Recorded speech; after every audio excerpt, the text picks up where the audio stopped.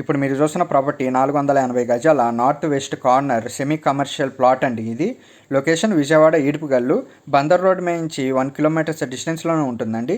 Dhanekula opposite రోడ్డుకి ఉంటుందండి ఈ ప్రాపర్టీ అనేది. ఇది నాన్ లేఅవుట్ ప్లాట్ అండి.